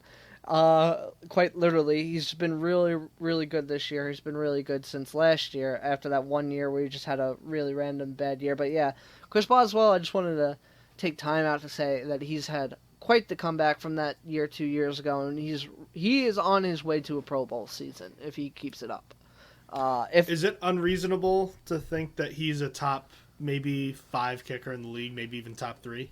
I think so. I mean, I do too. It's not out of this realm, and I mean we're seeing some regression from other kickers. Like I feel like Justin Tucker is losing a step. Like it's happening, and it's Zerloin's already gone. Like Zerloin is just done. And he was what like, happened to that guy? Yeah, he's just kickers fell off. It's like Goskowski fell off in like one season as well. It was done. It was over. Vinatieri too. Yeah, it's just how it happens. And you see it. I feel like that's what happens. You see it for one season. You get sneaks in. It's like, that might be a problem. And then the next season it's over. It's just you're garbage. Time to move on. I don't know if we're there for Justin Tucker yet, but I see a little bit of not as good. Like I'm pretty sure week 1 they said, he's automatic, and then he missed one, and I feel like it's starting to creep in. But regardless, Chris Boswell really good, setting a Heinz Field record in a traditionally hard stadium to do so. Very, very good. I mean, it's been an unbroken record for quite a while now. That's really all I had to say for Chris Boswell. Then I thought I'll let you take the lead on Ray McLeod. Yeah, so that return, it was the second half. I know that. I forget the score. Do you remember the game flow situation there? I'm pretty sure. 4th quarter, I think. Was it before the touchdown? No, that was a touchback. I don't know. Now I'm confused. Was it there? Yes. Okay. It was the 4th quarter. It was the 4th quarter. It was after a 4-play drive, 3 and out for the Raiders. It was 23-14. Steelers basically had like one more chance to get into it with 2 minutes 32 seconds left. They would have needed a miracle. Oh, was this after the 4th and 1 play, or was this before that? This was after that. Yeah, so okay, so let's back up real quick. That 4th-and-1 call, I know really harped on it on Twitter, and I was pissed off because of the way the whole Ravens thing went with the Ravens and Chiefs game. I'm not horrifically outraged at the call itself in a vacuum. I just hate the idea of the whole thumping the chest, we don't live in our fears, when you spend all this draft capital on improving the running game and then you won't even try. Yeah, that was tough. I mean, you're down 23-14. You had to... If it's the start of the quarter, I wouldn't do it, but given that you had already used a timeout, I felt like, and look, the analytics bot says go for it, so I would have gone for it. Yeah, even then, I mean, we're looking back, and it turned out to be the right decision, but it still didn't work out. I mean, I don't know if that makes it the right decision. I don't think it does, because it's one thing, I don't know, I think that's just a results-biased approach to it, because you talk about, okay, well, the defense came up with a stop. Well, yeah, they did, but you talk about game and situation, and Mike Tomlin's defense has been out there practically all game. And yeah, you trust in them, but at the same time, they're exhausted, and they luckily got you the 4-play drive and we're done, but you lost that much more time, and you only ended up getting a net of 2 yards once you got the ball back, just to have to go down the field again. So, I mean, yeah, I understand that the game's basically over if you don't get it, but the offense is going to have to put together a long drive anyways. Are you really expecting your defense to get a turnover there? I don't think so. You just want them to stop it so you can get the ball back. I understand the people saying that, but I think that that's a results-biased approach. I think you get something going, you've got to get the ball moving. Yeah, I think it's a very low chance that it works out. It is a very low chance that you get a 3-and-out. I mean, that's obvious. They're hoping for a 3-and-out or a turnover in those first 3, and that's not a high chance for either. So I think they should have gone for it as well. I think that it's just, you have to, especially you're coming off momentum. Like, you just scored a touchdown on the drive prior, and that's not going to happen very often, as if the offense continues this way. I feel like they should have ridden that momentum as much as they could, and I mean, converting a 4th-and-1 continues the momentum if you get it. If you don't, I mean, you still lose, whatever. But you tried. But, yeah. Tough. So that return by McLeod afterwards, I didn't see a replay of it. My initial thought was I didn't have an issue with him cutting it upfield, just because I'm not a huge fan of returners trying to string it out on the outside. I prefer them getting upfield and getting as much yardage as they can. Do you think that he would have had a touchdown or could have gotten a lot more if he had tried to go outside? Oh yeah, I was so sad. That return made me so sad on a day that McLeod was actually really solid. And even that return in general was solid, but like for what it could have been, I don't even remember who tackled him. It was Derek Carrier, the tight end, and Marcus Lee, I think, maybe. I'm not sure. But it's just like, I remember watching and thinking, wow, that guy to the outside is so slow. He could totally cut it outside. And there was no one else there. I'm thinking that if he bounced it outside, he's getting about 15 more yards for a 30-yard return to take it to midfield. And it probably doesn't make the difference.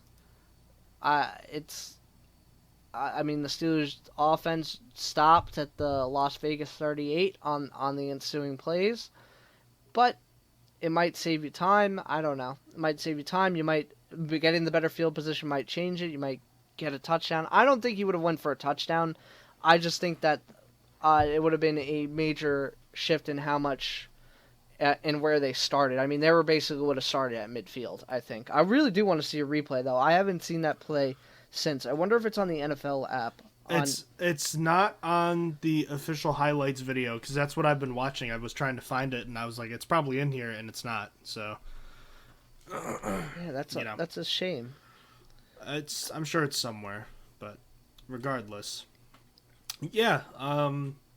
I thought overall he played well, but I guess he could have probably gotten a little bit more on that. I didn't see that on my one look at it though. But again, I only saw it one time and didn't see another replay of it. Kicking game, Boswell, the record long at Heinz Field, seems crazy considering the amount of games Justin Tucker's played there over the years. But what can you say about him? Ever since that, ironically enough, the low point of his career was the last time they played the Raiders. And isn't it funny how 3 years later, how much better he's gotten since then? Yeah, it's so good that he's returned to form. And they needed that kick. I was a little surprised the Steelers went for the kick. I know it was 4th and 10, but I mean, how can you just not have all the confidence in the world with that guy? Super happy for him. Punting game I thought was very good too. Presley Harvin had a couple not so great punts in the opener, but answered with 3 of his 4 punts being down inside the 20, including a 59-yard boom in this one. It's nice to have a guy like that can legitimately flip the field. Yeah, that was that was also part of like the perfect situation on that punt on 4th and 1. It would have been so much worse if he didn't punt it for 58 yards. About everything that could have went right for Tomlin making that decision did. I mean, that punt was as good as it gets, and then the defense played really well after it. Yeah, and I'm not outraged about it, but you know what I am outraged about, and I should have mentioned him as a dishonorable loser for this game, and it's Trey Turner. So for those who aren't aware, the Steelers' right guard was ejected. I think it was the Najee Harris touchdown. He was ejected from the game because he spat on, I do not remember who, but he spat on a Raiders player, and it was confirmed on video. And he got ejected from that. I didn't see it at first. I thought I was like, why'd he get ejected? And then I heard about that it was confirmed, and I was like, well, if he did that, then absolutely he deserved to be ejected. And I didn't like Mike Tomlin's response to this after the game. I'm going to be honest with you. He said, quote, in regards to whether or not he agreed with Turner being ejected, he said, quote, somebody spit in his face. I understand the 15-yard penalties and so forth, gaining control of the game. But Trey is not a young guy. He's not overly emotional. He's a flatliner. For him to respond the way he responded, what transpired, I was stating that case to them. Meaning the officials, I did not believe he did enough to be kicked out of the football game. So, on one hand, I understand standing up for your player and trying to protect him and whatnot, but I don't think that I think that it's wrong for him to say that he didn't do enough to be ejected. That's absolutely enough to be ejected from a game, especially given everything that happened with COVID in the past year. I just think that that's completely insensitive, and I think that a guy like Trey Turner, who's been around the block for as long as he have, should know much better than to do something like that. And even if he did get spat in the face first, I hate to say this, but I'd have rather he just wound up and swung at the guy. Yeah, spitting is just so, I don't know. It's so classless. It really is. Throw a punch. It's just, yeah. I think you nailed it by saying that. Well, and I don't know. Am I wrong for not agreeing with what Tomlin said there? I mean, I'm all for sticking up for the player, but what Turner did was wrong, and saying he shouldn't have been ejected is just flat out incorrect. Yeah, no, he 100% should have been ejected. So that puts a bow up on what was an ugly Week 2 loss. But for all that, again, just a 9-point defeat at the hands of the Raiders. Still a game that right before the Ruggs home run ball felt like was a winnable game. So now 1-1, the Steelers will host the Bengals in Week 3. Any final thoughts on this one? No, I think we handled it all pretty well. We talked about all the shortcomings, everything going forward. Yeah, I think we're good. Alrighty. Let's move on to the broader scope of the NFL. A couple things I wanted to get to first. Bradley Chubb, the Denver Broncos edge rusher, is having surgery to repair a bone spur, I believe in his foot. And he's going to miss the minimum 6 to 8 weeks, which means he will not be available for the game against the Steelers in Week 5. So that'll neuter their pass rush a bit, which is good for the Steelers, but obviously not good because this is a guy that's had some injury problems throughout his career so far. Yeah, it's tough for Bradley Chubb. I mean, I feel like every time he comes back, he just gets hit with something else, so I hope he hurries back. Elsewhere, not just Pittsburgh, there were a lot of other teams dealing with injuries. There were a bunch of different quarterback injuries. Tyrod Taylor, who is going to unfortunately miss some time with a hamstring pull. Carson Wentz sprained both of his ankles. He's questionable at best right now. Andy Dalton is injured. Baker Mayfield missed some time in the game. And also, I forgot to mention this, Derek Carr got hurt with an ankle injury over the course of the game, but he ended up returning, I think, a couple plays later. And he is questionable right now for next week. It's so sad we couldn't see the Nathan Peterman return to Pittsburgh. That would have been funny. But yeah, no, it was a tough week. On top of it, guys like Jarvis Landry got hurt. It's just a bunch of injuries every week, it feels like. There's some big ones. I guess that is just every NFL season, but felt like a lot this week. A lot of big ones. That Baker Mayfield injury just gave me so many vibes from Ben's injury 2 years ago, the way he was grabbing at it. I know it was just a shoulder that he had to get put back in place, but the way he was grabbing when he first got hurt, just like, if I was a Browns fan, I'd have had a huge sinking feeling in my stomach. Yeah, I thought that was more serious. I really did. I thought he was going to be out. I thought he broke his collarbone. Oh, yeah. I mean, it did not look good at all. So... thankfully, he's okay, and hoping for speedy recoveries for everyone else involved. Also, one last thing I wanted to point out in regards to the NFL, how about that freaking taunting rule? God, what a disaster that is. Hey, do you guys want something that no one asked for? That's the NFL special right there. That's the NFL special, baby. You're getting it. But no, I like celebrations. We push so hard for touchdown celebrations to be relaxed because it's more enjoyable that way. Sorry, fans. We are going to do the opposite for anything. If you have a good play, you need to stand there straight in a T-pose and walk back to the line of scrimmage. And that's all you do. It's just really dumb. I'm being overly sarcastic and annoying just to say that it is really, really dumb, the NFL taunting rule. There's no reason for it. I don't know who asked for it.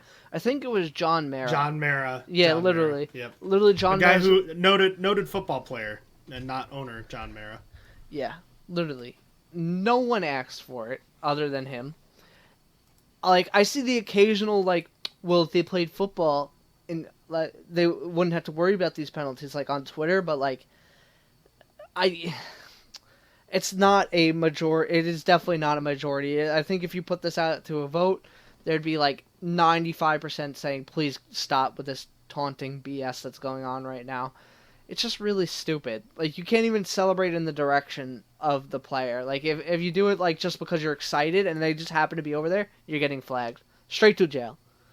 Like, it's just so stupid. And it's not, there's so many things that the NFL has to fix with their rules. They've had to fix over the years with passing, pass interference, catching. And then they choose to focus on taunting, what everyone obviously cared about. Quick note I wanted to get out there. A Football Life is returning on NFL Network, and it's starting with James Harrison in about 4 minutes. I thought that was Friday.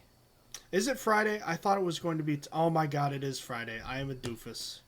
Well, maybe by the time you guys hear this, it'll be 4 minutes. It's 4 minutes from then. So yeah, we'll be sure to post this episode 20 minutes before, or I guess it would be an hour and 20 minutes. How long is this episode? We are almost at an hour and a half. Wow, a lot to talk about today. Yeah, it was a lot. We had a lot of talking about the circle of sadness. Yeah, I want to make an image for that now. I want to make like. Well, go ahead. I want to take like the recycling image and just put one with Ben getting sacked, groins. One with groins, and then one with like the ball floating over Najee's head. All groins. They're all groins. That's all you need to know. Fair. Very fair. What a tough week. But again, it's just 1 week. So. Yeah, we just beating the Bills feels so long ago now.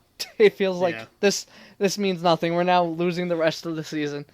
Well, and watch, if they somehow put in a huge game, like they win by Well, last year they beat the Bengals by 26 at home. Let's say they win 31-13 next week. It'll be Steelers Super Bowl, book it right away. People be getting tattoos. That's how it's going to go. Just like it was last week when they beat the Bills. So, Of course. again, another reason I hate not having the 16-week season is because you could go every 4 games. It's like a quarter. So it's like the first quarter, first 4 games. How'd you do then? And it's like, okay, last year they went 4-0. Perfect. That's how you want it. You know what I mean? And now I get to do that, but then there's also an additional game that's a middle finger to me at the end. You could pretend that the middle game is the middle finger, and you could just forget about the middle game. Yeah, we'll just throw that one out. Or I could just... the bye week ruins the middle game. I yeah, guess... it does. Well, only if you want it to. Yeah, you know what? I could just see it as 16 games and then an extra bonus week that I get to just not care. I don't know. Yeah. We'll see. I'm not worried about it. I'll be happy when it happens because it means more football. You want to get to everything else that happened around the NFL last week?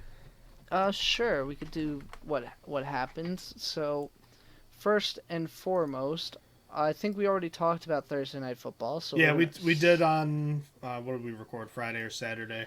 So that means the next game we would talk about would have been the Bears beating the Bengals 20-17, a game that Justin Fields getting first extended action at quarterback, and one that the Bengals kind of made the score look better than it really was. The Bears were really in control of this one throughout.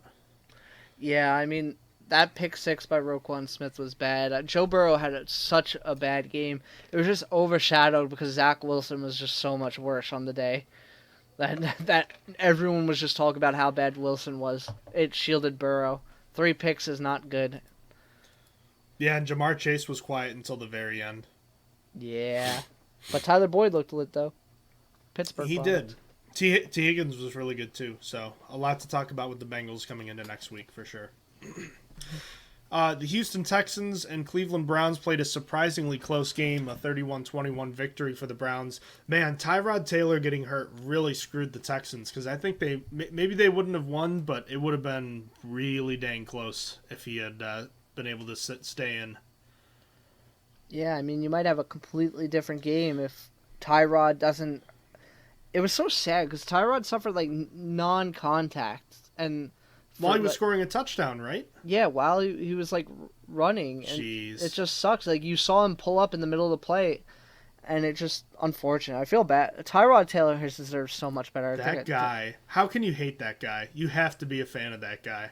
I don't know. It's just tough. But yeah, in a different universe where Tyrod Taylor doesn't get hurt and Baker Mayfield might need to sit out for the rest of the game, Texans could have won that. I like where the Texans are at. I think I undermine them. I think they have enough veterans that they might be able to push for a 7-10 season. I didn't think that they were gonna get past 5 wins, so they might be pushing for 7-10, or maybe even 8-9, which is pretty solid. They were easy cannon fodder for a lot of reasons, but say what you will about David Culley, he has this team competing early on in the season. But enter Davis Mills. The worst pick, in my opinion, in the entire draft, Austin. And why is that, you might ask? Because he serves no purpose. Davis Mills is there to either suck, and the best case scenario for Davis Mills is that he plays well enough to take the Texans out of the first 5 picks for the top quarterbacks. What is the point of drafting that guy? I have no idea. Who, by the way, is the only quarterback that ever failed in the Mike Leach quarterback-friendly air raid system. I really question that. He did throw a touchdown, but that was the only good thing he did. The Texans might be that bad with him at quarterback. Yeah, I mean, he still threw a pick to make up for that touchdown, so tough. The Browns pretty sluggish. Nick Chubb had gotten hurt in this game too. Jarvis Landry. Chubb got hurt? I missed that one. Sorry, I saw Chubb. I immediately thought Bradley Chubb. Nick Chubb was fine. They're cousins. Nick Chubb was fine. The Browns were still without Odell Beckham Jr. and Jarvis Landry got hurt early. For all the weapons they had, they were kind of they were struggling a bit in this one. Yeah, I mean, you look at who caught passes, it's not a great list. Felton led their team in yardage and got the only passing touchdown.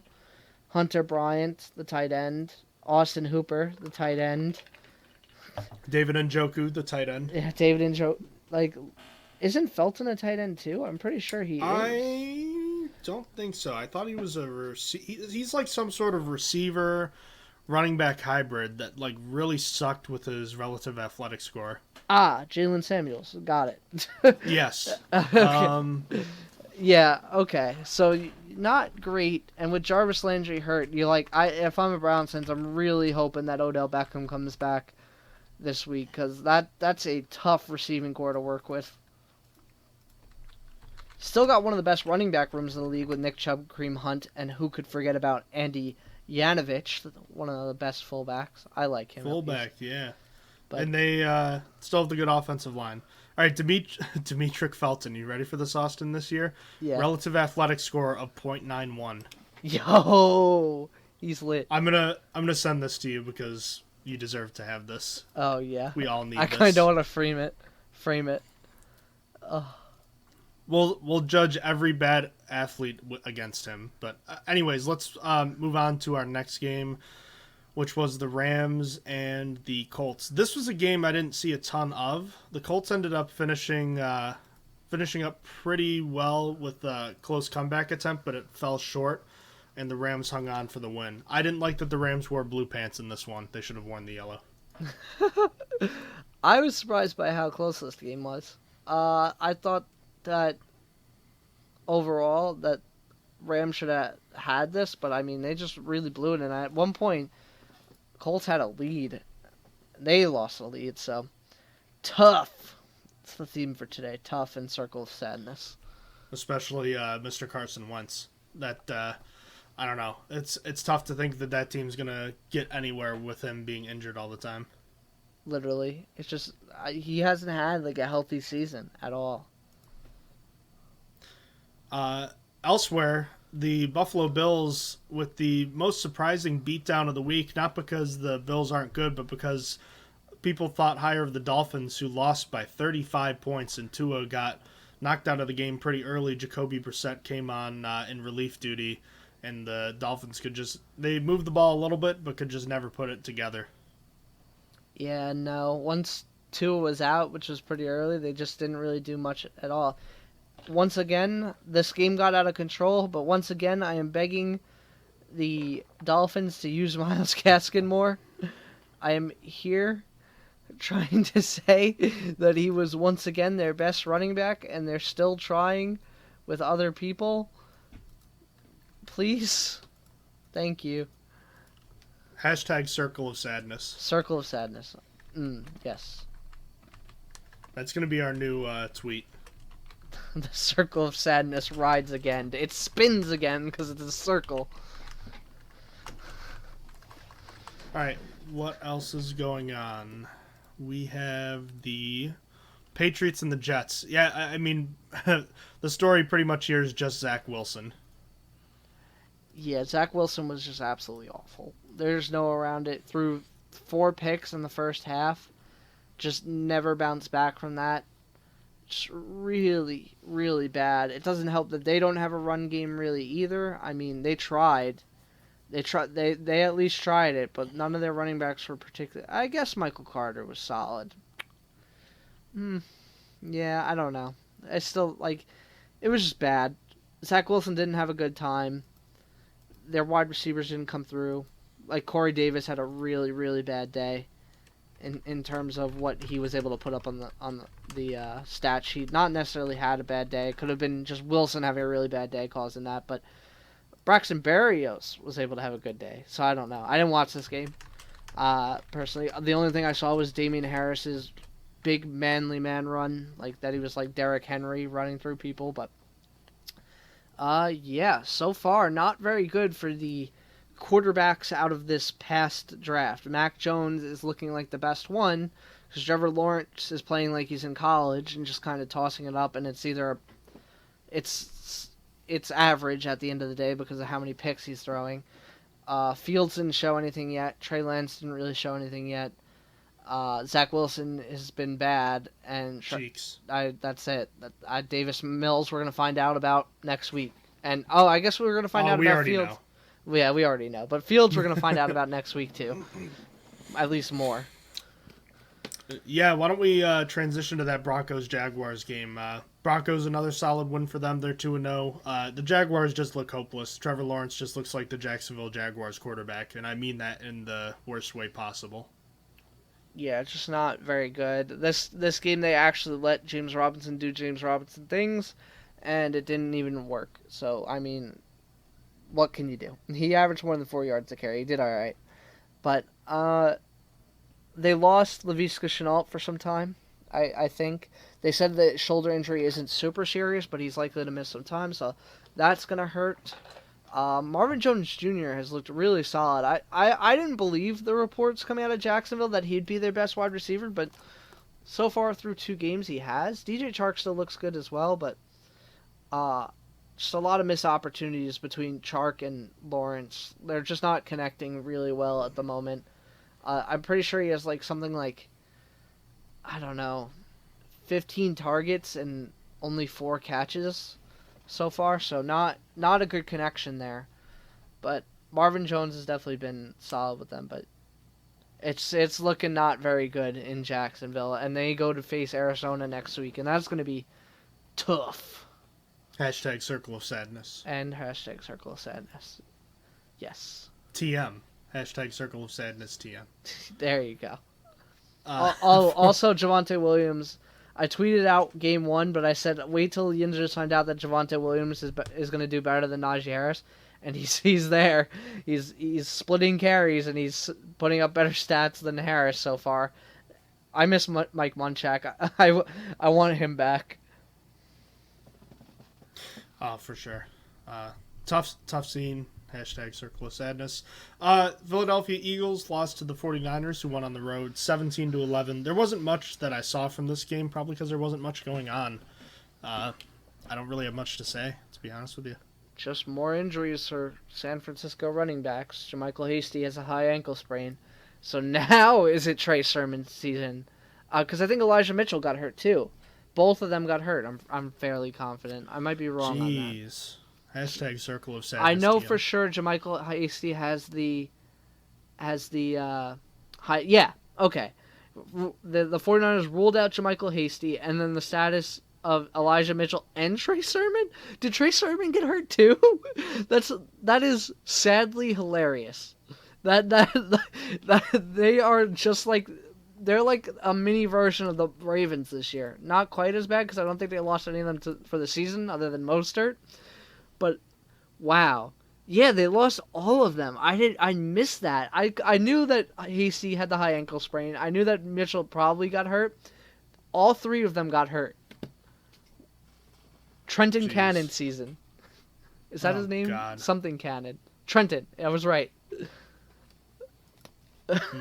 That's hilarious. What would have been my lock of the week and what was my lock of the week turned out to be the exact opposite. Never trust a divisional game. The Panthers defeat the Saints 26-7, and the famous Jameis Winston turnover bakery has reopened for business. Yeah, classic. I knew it couldn't stay closed forever, even though it looks like it after week 1. Where else? I didn't see really any of the 4 o'clock games, so these are all going to be pretty much you.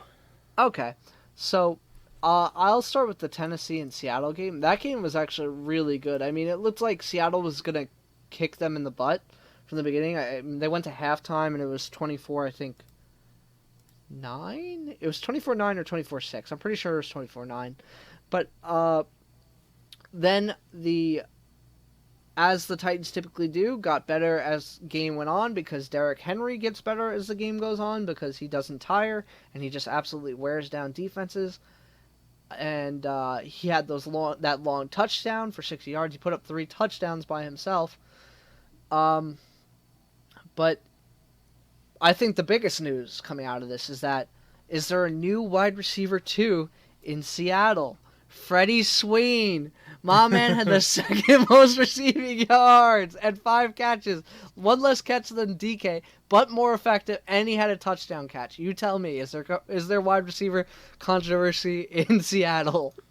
I think so. I actually think they should just cut DK Metcalf. I think they should just too. Roll with those two guys. Yeah, just roll with Freddie Swain and Tyler Lockett. You don't even need anyone else. Kind of odd. I think Seattle only had 5 guys catch a pass in that entire game. I think it was literally just Lockett, Swain, Metcalf, Everett, and then I'm missing the last one. It might have been Chris Carson. I don't remember. You want me to check? I'll look. No, I'll get it. Oh, it was Travis Homer. That was so weird. That's why would I have known that?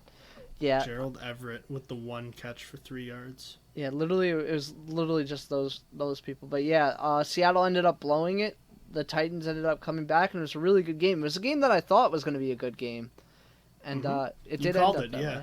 Yeah, I made it. I think you called the exact outcome, if I'm not mistaken, pretty much. I think so. I think I literally said it's going to be a comeback victory for Tennessee, and they're going to bounce back in this game. I definitely said they were going to bounce back.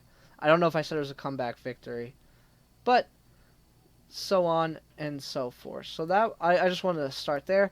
Cowboys at Chargers, I saw very little of, but I did see that Tony Pollard is lit and better than Ezekiel Elliott, and I'm waiting for the Cowboys to admit the same and admit their mistakes of paying a running back, as most teams that pay a running back have to do eventually. Probably not this season, but I'm nervous. Well, what are you nervous about? Well, because I picked up Tony Pollard for this exact reason, because I knew he would be, but I just don't know if Dallas is gonna commit to it or not. So I don't know what to do with him. The snaps are so close. Like the target share what's the word I'm actually looking for? I'm not looking for targets. I'm looking for like their actual snap count. Not that either. I'm looking for like their touches. Their touches are exactly the same almost. Pollard had 16. Elliott had 18. They are so close to just admitting it that Pollard is better through snap count. I mean, Pollard looks better in every single way. It's just how it is. As a receiver, he looks so explosive. It is ridiculous. Pollard is so good, and just Ezekiel Elliott's just not better, even with the better offensive line. I know the offensive line is still not fully put together, but Pollard is doing it behind the same line he is. You got a direct comparison there, so you can't even say anything about the offensive line. He's following that trend of running backs, man. The last 2 to 3 years, he's started to fall off in efficiency and just overall production. Yeah. It usually doesn't reverse once this starts. Yeah, I mean, this is almost exactly like Le'Veon Bell, like where Ezekiel Elliott is still good, is he's still a solid pass catcher as a running back, and he's still doing really good as a pass blocker, but like as an actual runner, he's not as good. Difference is the Cowboys have someone ready to go, and Elliott hasn't fallen off a cliff quite yet in the running game, but so on and so forth. It was a really good game, really close. Good defensive battle, not what I was expecting. I thought this was going to be more high scoring. But yeah, I'm not surprised the Cowboys did pull that out. Falcons at Buccaneers. That game was actually pretty close for a while. I mean, it looked like the Buccaneers were crumbling after the Falcons put up 15 on them in the third quarter. I think at the end of the third quarter it was 28-25. So it was fairly close. And then the Buccaneers put up 20 on them in the fourth quarter. So, the Buccaneers get a backdoor cover after shutting out the Falcons in the last quarter of the game. Their running back situation is kind of funny. I think that Cordarrelle Patterson is their best guy. I don't know if I could call him a running back. I think he's their best. He's done the best. He wasn't really good carrying the ball. I'll say that. He got the touchdown, but he's listed as a running back. Yeah. That's weird. I thought he was always a receiver. I mean, he wears 84. He was a wide receiver, and he's both for them. Because he last week he was much better as a runner. He was playing mostly from the running back spot. But I mean, this week was more about pass catching for him, as he had 5 catches for 58 yards and a touchdown. He did add that touchdown on the ground, but yeah, no. Sorry to sidebar off podcast stuff, but I picked him up in fantasy but in our league because he's listed as a running back / wide receiver.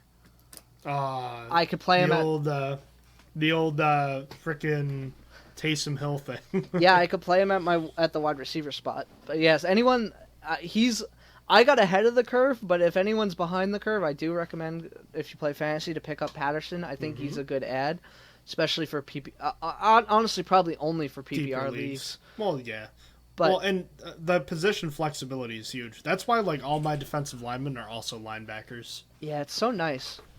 This is going to be my free advertisement for the day. Please, if you're using anything other than Sleeper, the app for fantasy football, please use it. Please switch off. I promise you, it is not as good as Sleeper. The options in Sleeper adds, the interface, everything that it tells you snap counts and snap percentage.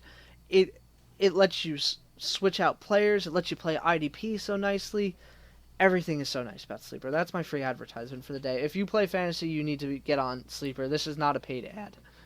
But they do they have punters though? You could add punters. Hey, game changer. It is a game changer. We might have to move our pod. I didn't know that. We might be moving our podcast league next year then, because I'm kind of sick of ESPN. No offense to them. Yeah, I mean, nothing is worse than the NFL app. If you are on the NFL app, you have no excuse not to switch. It is literally the worst app. But regardless, did I cover all the 4 o'clock games? I'm pretty sure. Oh no, I missed the Vikings and Cardinals, and that was one of the ones I watched the most because it was so fun. Kyler Murray, man, how much more can I say? I love watching it. He was stupid in this game. He was just forced. He was playing like he was playing in college, as you'd expect, kind of a guy from the air raid offense. But his interceptions were so dumb, but he is just so fun to watch still. The Cardinals only eked out this game because the Vikings are cursed and their kickers just can't get the easy ones. It was wide, I think, left in this game. I actually missed the final kick because I was like, the Vikings won. That sucks. But I was too quick, and they lost on that final play. The Cardinals won 34-33. It's so good. And Rondell Moore, their rookie wide receiver, looks very, very good. I feel like I'm gonna find myself rooting for the Cardinals when they make the playoffs, or at least I hope they make the playoffs. Because if the Steelers don't, I'm gonna be really sad if the Cardinals don't too, because they're gonna be the team that I want to root for the most. Because I just really love Kyler Murray and James Conner and AJ Green. I like all those guys. But yeah, the Vikings put up more of a fight than I thought in this game. They did really well. Dalvin Cook absolutely destroyed. KJ Osborne out of nowhere is absolutely destroying. He led the team in receiving yards and had a touchdown. He outperformed both Justin Jefferson and Adam Thielen, and kind of expected because Jefferson gets cornerback 1. Adam and Thielen split cornerback 1 and quarterback 2, and that kind of leaves Osborne with whoever the last guy is. But still kind of out of nowhere. He's been a really solid guy for them. That is the 4 o'clock games. Did you want to take back over for Sunday Night Football? I actually fell asleep halfway through. Well, I was kind of not drifting in and out, but I was not fully paying attention to this one. But I gotta give the Ravens and Lamar Jackson a ton of credit for this one. When the way this game started, the pick 6. You already felt like it was going to get away from the Ravens because of the way that this series between these two teams have gone over the course of the last few years, and just the manner in which the Ravens were able to stick with it and just kept pounding. There were so many times in this game that like the Chiefs were able to get these big plays. Like I think Travis Kelce broke like 4 tackles on his like 50-yard catch and run. And they got contributions from other players, like I think Byron Pringle had a touchdown, McCole Hardman had an explosive play, Demarcus Robinson had a big play, Blake Bell had a big play, and Tyreek Hill was quiet, but they still put up 35 points. And, I thought that they were going to be fine with it, and the Ravens were not throwing the ball very well, like we had talked about. And Lamar Jackson still didn't finish with a great overall passing day. 1 touchdown, 2 interceptions. But, the Chiefs were just so dang good running the ball, even with all these issues. I mean, 41 for 251. That's like what they had against Pittsburgh last season in the first game. I'm kind of surprised the Ravens didn't run the ball more with how well they were going with it. And then when they went up late and they got that fumble from another first-round running back in Clyde Edwards-Helaire, you just knew they were going to go for it, and they got it. And that just rubbed more salt in the wound for the way the Steelers game had gone. And also, I wanted to point out, it's kind of weird. Did you see the play where Patrick Mahomes threw his first September interception? I did not. So it was one of those plays where, like, he's falling sideways and makes, like, a ridiculous throw that always gets completed. Like, the plays that never should work always work for him. It finally didn't work this time. Wow. Yeah, I missed it. I was trying to think if I saw it and I just forgot, but no, I feel like I'd remember that. This is a big time win for the Ravens, and I still doesn't really change the way I feel about them as far as them being a good team with a ton of injuries that will be in it this year, but probably won't have a big impact on the whole season. I think it does tell me more about how I feel about the Chiefs, and I feel like they are a pretty flawed team. And defensively, they might turn it around, but if things keep going as is, they're no better than the 2018 team that lost to the Patriots in the championship game. Yeah, I mean, it feels good. If anything, what this game told me is that the AFC is wide open this year more than in previous years. Like last year, I felt like the Chiefs were just better than Buffalo. This year, it's like, well, the Steelers beat Buffalo, the Ravens beat the Chiefs, Raiders beat both the Steelers and Ravens, and it's not always like wow, I can't say that word. It's not a property where you could just move it over. But like the AFC is wide open. Like if the Ravens could pull that out, as injured as there are, what team can't beat the Chiefs? Their defense is just that bad. It is a heavy task to put up that many points as much as the Chiefs did. But the Buccaneers also showed that, hey, there is a possibility to stop this offense. It's not very easy. It's not going to happen very often. I mean, we had never seen the Chiefs put up that little points ever, but there is we have been shown that they have an Achilles heel, the Chiefs. They are there, and despite the Bills lost us in the first week, I still think highly of them. I still think they're going to be in the playoffs just like everyone else. I think the AFC is very open this year. And then the last game of the week, the Lions and Packers. The Packers get out to a 35-17 lead later on in the game, but it was really close in the first half. Detroit actually holding the lead going into halftime. Did you see any of this one? I did. That was almost cataclysmic for the Packers. Sorry, I'm sorry, but I was going to ask if you saw the Manning broadcast, if that's how you were watching it, because that's what I watched. That's how I've been watching the free streams. They don't have the Manning version of it? No, they just have the game. It is interesting. I would recommend it. It can be a bit distracting, though, because you kind of focus more on them.